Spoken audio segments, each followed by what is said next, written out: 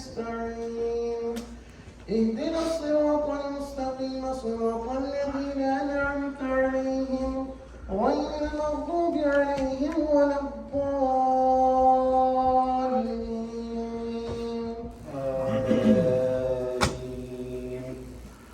واسألهم عن القرية التي كانت حاضرة البحر إذ يعدون في السبت إذ تأتيهم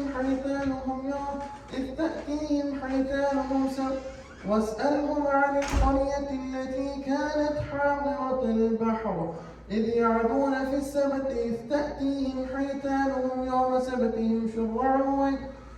سبتهم شرعا ويوم لا يسبتون لا تأتيهم كذلك نبلوهم بما كانوا يفسقون وإذ قالت أمة منهم لم تعدون قوما الله مهلكهم أو معذبهم عذابا شديدا. بعد Alhamdulillah, all praise and thanks is due to Allah subhanahu wa ta'ala, and we send peace and salutations upon the most noble of creation, our leader, our master, our prophet, Sayyidina Muhammad Mustafa sallallahu alayhi wa sallam, upon him, his family, his companions, and all those that follow in his footsteps till the last day. Ameen ya Rabbal Alameen. Alhamdulillah, tonight we're reciting from the 9th juz of the Quran. And it is in the beginning of this juz that Allah subhanahu wa ta'ala, he continues Surah Al-A'raf. And in this juz, Allah subhanahu wa ta'ala, he begins by discussing the story of Sayyidina Shu'aib alayhi salam, who was a prophet of Allah subhanahu wa ta'ala from Madian. And Allah subhanahu wa ta'ala, he continues by telling us the stories of different prophets. So right now, the passage that the Hafiz has just recited is the story of Musa alayhi salam and Fir'aun. What's interesting here is that from the first juz onward, Allah subhanahu wa ta'ala, he continuously mentions the story of Sayyidina Musa alayhi salam.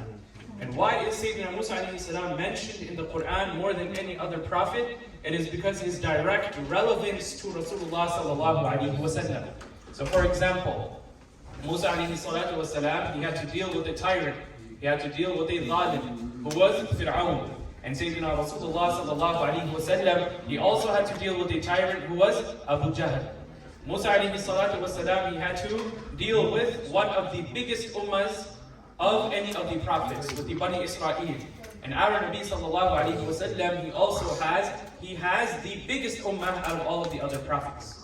Musa alayhi salam, he had to deal with people who, some of them were pious and some of them were sinners. It wasn't that all of them were pious and all of them were sinners. In the same way, Rasulullah sallallahu alayhi wa sallam, from his ummah, he has people who are sinners and people who are pious as well. So Musa alayhi salatu wa salam and Rasulullah sallallahu alayhi wa sallam, they have some links amongst each other. And because of that, Allah subhanahu wa ta'ala, he mentions the story of Musa alayhi salam in the Quran many, many times. More than any of the other prophets. Allah subhanahu wa ta'ala mentions the story of Musa alayhi salam. The specific passage which was being recited right now is where Allah subhanahu wa ta'ala, he mentions the story of the magicians and Musa alayhi salam.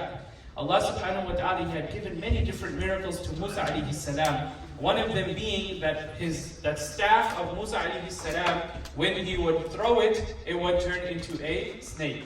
So the magicians of Fir'aun, they wanted to compete with Musa, and they got some small sticks and they did some of their magic, some trickery with the eyes, and they threw the sticks. And when they threw these sticks, they turned into some kind of small snakes or some kind of small animal serpent. And when Musa alayhi salatu wasalam, he sees this, he takes his staff and he throws it as well. And the staff of Musa alayhi salam turns into a big snake and it eats all of the other smaller snakes. And when the magicians see this, they realize that, whoa, this is not something that is normal. Like, it's not a normal trick. It's not something that he just made happen. No, this is from Allah subhanahu wa ta'ala. So they fall into sajda and they say, قَالُوا آمَنَّا بِرَبِّ مُوسَى آمَنَّا بِرَبِّ الْعَالَمِينَ رَبِّ مُوسَى وَهَارُونَ. That we believe in Allah subhanahu wa ta'ala, who is the Lord of the heavens and the earth, and He is the Lord of Musa and Harun, and this is who we believe in and we have iman in. And the story continues. Musa alayhi salatu wasalam, he continuously helps these people of Bani Israel, but they are very ungrateful. And Allah Ta'ala highlights how ungrateful they are in this entire juz. So one of the ways that they were ungrateful was Allah subhanahu wa ta'ala, He would set a Sabbath for them, that on a certain day, on the Saturday of the week, that they are not able to fish. But some of them would go and they would catch the fish, and some of them wouldn't catch the fish as well. So there was 3 different groups of people. One group of people, they didn't care about the rule of Allah. And remember, these are the Muslims of the time. Even though that we say they are Jewish, at that time they were the true Muslims. So one of the groups, they didn't care about the Sabbath, they didn't care about the command of Allah subhanahu wa ta'ala, and they would go and they would catch the fish and they would do whatever they wanted. And then you had the more religious group of people. And one of the more religious group of people, they were very strict. They were very stern. Their thinking was, we're not even going to go near the fish, and we are not going to even be friends with people who are going and grabbing the fish. And then there was another group. And this was the group of people who they would hang around the people who would go and catch the fish. And they would keep close ties with them. Even though they were sinners, they would still keep close ties with them. They would say, you know what, these people, they are just sinners. It's not like they are, outright committing kufr or they have denounced the religion. No, these people are sinners. We're still going to keep close ties with them. Now when the religious group hears this, they're like, whoa, why are you guys being friends with these people? Right? These people have disobeyed Allah subhanahu wa ta'ala. Why are you being friends with these people? Well, you should not even be close to them. These people, they are destined for hell. They are doomed. They're going to go to Jahannam. Why are you guys hanging around them? And that's when that other group of people, the one who were a little bit more relaxed, a little bit more lenient, they told that first group, they said, listen, if we don't keep around with these people, then who's going to guide them? Who's going to help them out? Who's going to be there for them? If everyone just said that if someone is not 100% following Islam, then we're not going to even look at their face. We're not even going to talk to them at all. Then who's going to help guide the people who are misguided? The people who are far from Deen, who's going to help those people? So that one group of people, they reminded them, they said, listen, you know why we're doing this? Because Allah subhanahu wa ta'ala is going to ask us. Now what did you do to help guide people? You had the understanding of Deen. You have this understanding that after a long day, and then let's think about ourselves. After a long day of school, a long day of work, at 8:30 p.m., at 9, nearing 10 o'clock, you are in the masjid. Allah is going to ask us, I gave you the understanding to come for Traweeh. I gave you the understanding to keep your fast. I gave you the understanding of Deen. Did you help other people with that understanding, or did you look down on other people with that understanding? What did you do with that understanding that I gave you?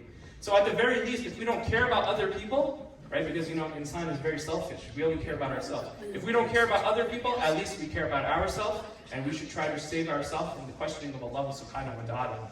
Right? So even if you don't care about the other people, you should still try to help them. Why? Because you want to save yourself.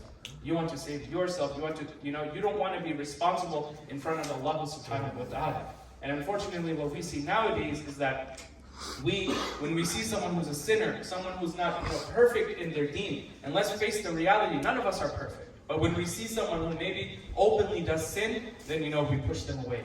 And we say, this person is not good.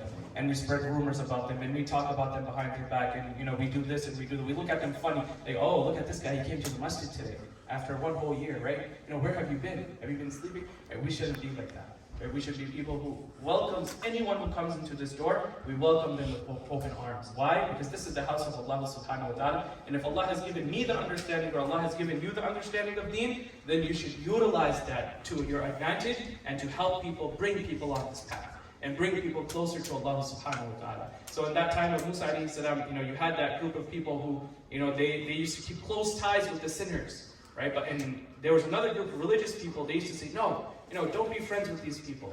But that group of people who kept the friendship with the sinners, they said, you know what, we're going to do this because we want to save ourselves first. Because Allah is going to ask us, I gave you the understanding, what did you do with that understanding? And I think that's a big point that we can really utilize in our own life.